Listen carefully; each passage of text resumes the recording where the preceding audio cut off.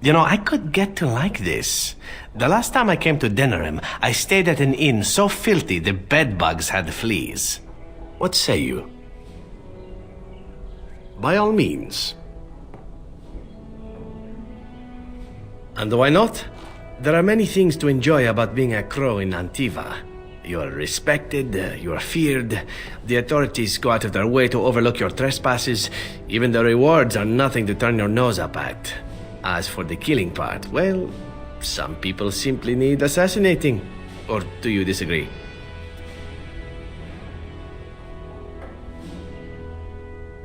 Now there's an interesting word, innocent. How many men do you know who can claim to be truly innocent? But if you're talking generalities, such as children and relatives and bystanders and such, never on purpose. But it happens. It's unfortunate, but death comes to us all. If not me, then some wasting disease, or a fall down the stairs, or at the hands of a darkspawn. It's all relative in the end. Death happens, as we like to say, and when I get paid for it, death happens more often. As far as enjoying the act of killing itself, why not?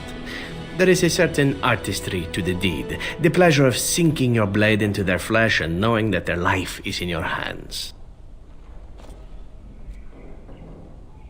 It is not pleasure per se, nothing sexual. It is more a sense of satisfaction, a feeling of power. Does that make sense? No matter. There are many things I did not enjoy about being a crow, of course. Having no choice, being treated as an expendable commodity, the rules, oh, so many rules. But simply being an assassin, I like it just fine. I will continue to do it if I can, even if I am not a crow. Honestly, could you picture me doing something else? Whereas I am content merely doing what I happen to be good at. It's a talent that not many come by, honestly. I don't see why I need not pursue it. Of course, all these thoughts are moot.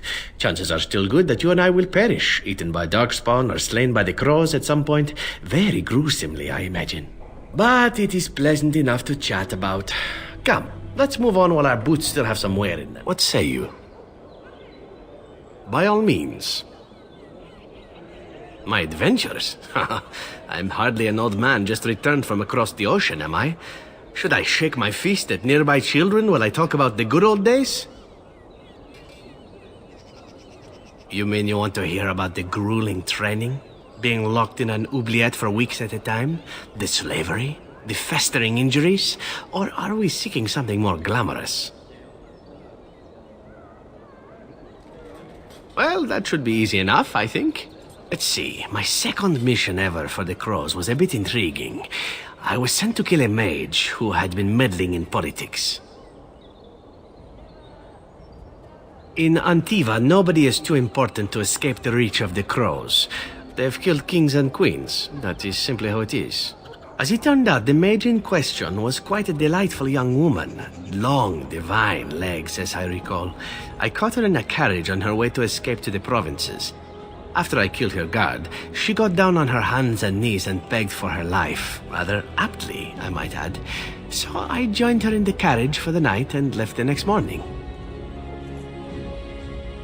Yes, but not on purpose, actually. The woman had actually convinced me to speak to the crows on her behalf. What can I say? I was young and foolish at the time. Then, as I was kissing her goodbye to return to Antiva city, she slipped on the threshold and fell backwards out of the carriage. Broke her neck. Shame, really, but at least it happened quickly. Not actually, no. I was a bit unimpressed by the development at first.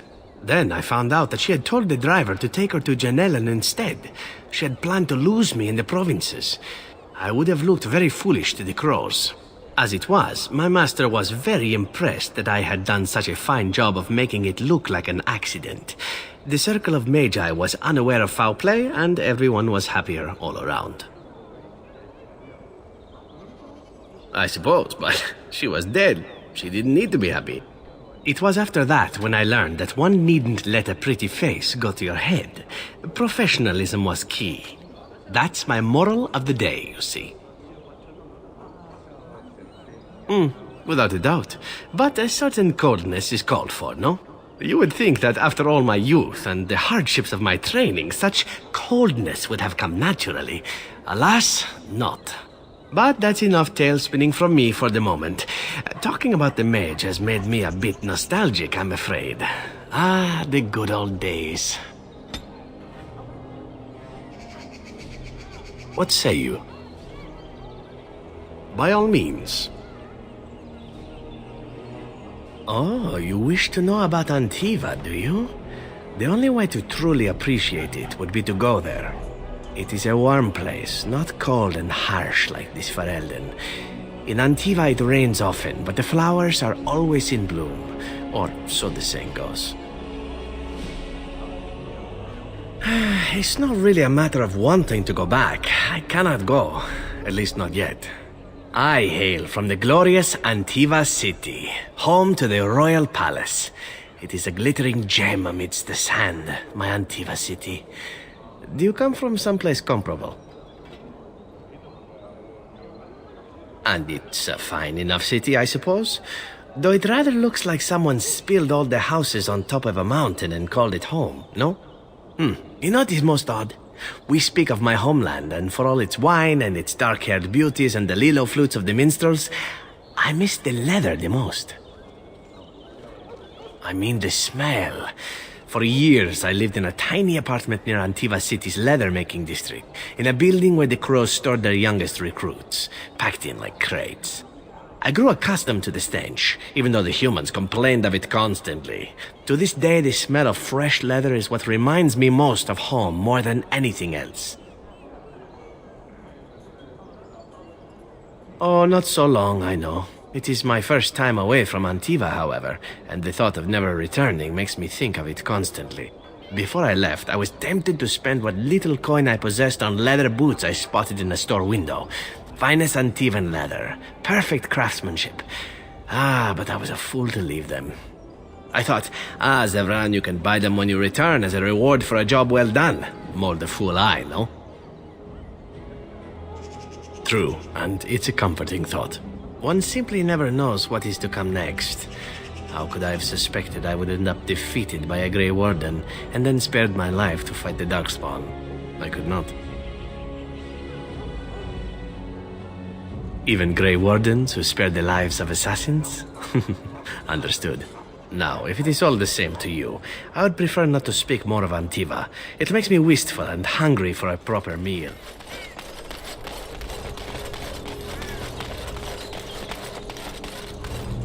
And so here is the mighty Grey Warden at long last. The crows send their greetings once again. So they sent you, Taliesin. Or did you volunteer for the job? I volunteered, of course. When I heard that the great Zevran had gone rogue, I simply had to see it for myself. Is that so? Well, here I am, in the flesh. You can return with me, Zevran. I know why you did this, and I don't blame you. It's not too late. Come back and we'll make up a story. Anyone can make a mistake. Oh? Does Zevran need to live? I suspect I will manage just fine, Taliesin. I'm sorry, my old friend, but the answer is no. I'm not coming back. And you should have stayed in Antiva. Shall we?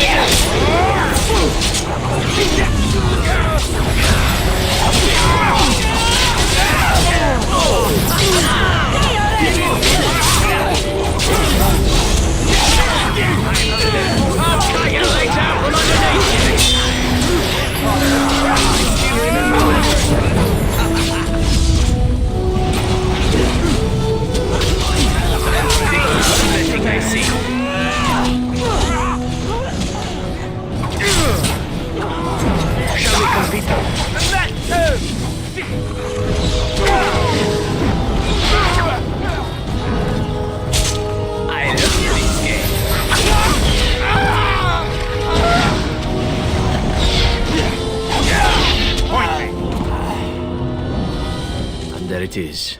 Taliesin is dead. And I am free of the crows. They will assume that I am dead along with Taliesin. So long as I do not make my presence known to them, they will not seek me out. I do not know. It seems I have options now, whereas once I had none. I have enjoyed our company, but I am wondering if it is not time for me to leave. That would be the practical thing to do, no? There is a freedom awaiting me that I have never known. But I suppose the decision is yours. Will you let me go?